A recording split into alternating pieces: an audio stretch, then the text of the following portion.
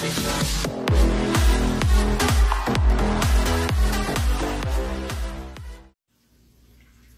guys! Shout out! Mga mamshi!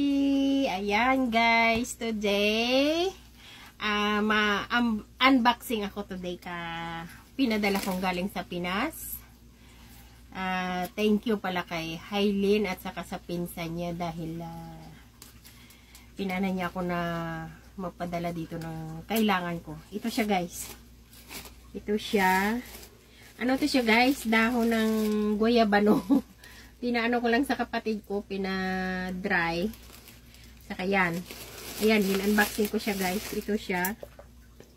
Tapos, binigyan niya ako ng dahon ng guava. Kasi daw ilagay daw namin si shampoo para mag-shine daw yung buhok. Ayan, may mga dilis akong binigay niya. Thank you, thank you. Ayan, may biskutso.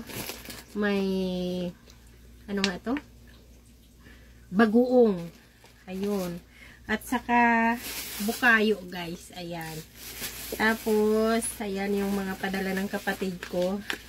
Mga seeds to guys. Ayan. Pinabili ko sa kanya.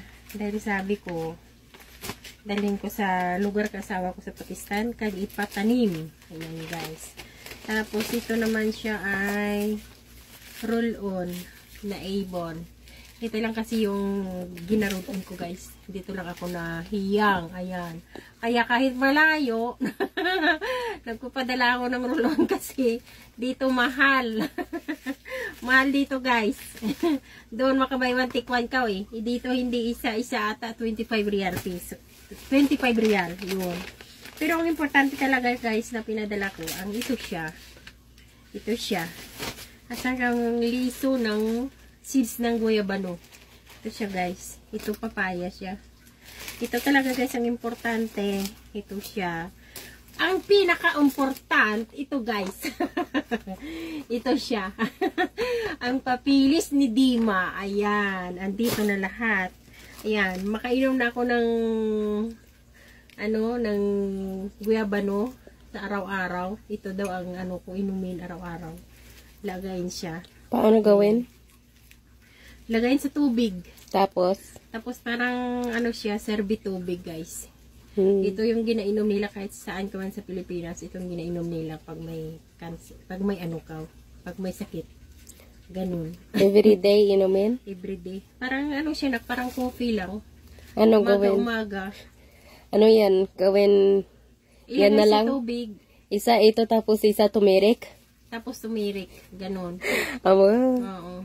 Ganun na lang. Guys, yung turmeric, ang pait-pait. Hindi naman mapait. Tapos na yun yung itong guava, malay natin kung mapait din. Hindi, wala tong lasa nak. Walang lasa yan. Parang tubig, parang lang yan siya. Ilagyan ng Ilagay lang siya, parang lang siya. Parang tubig lang siya. Mas mapait pa nga yung shahi kumpara dyan kasi yung shahi o hindi lagyan ng sugar? Iwan ko, tanungin ko pa si tita mo kung paano maglaga. Hindi alam. Ilang piraso yung lagain kung para kasi parang serbi tubig yan guys eh. Nakuha ng guayabano leaves, pero hindi niya alam paano magawin. Hindi wow. Ito naman kasing utos nila sa akin eh, dahon ng guayabano. Ayun, kung mabuti lang, yung pinsan ko rin, si Hailin, yan, nakauwi siya, kaya nagpadala ko guys. Tingnan nyo guys, ang dami-dami. Yan, dahon to ng guayabano. Makasya ba yan sa isang taon? Iwan ko. Pinadry ng kapatid ko, at saka lang.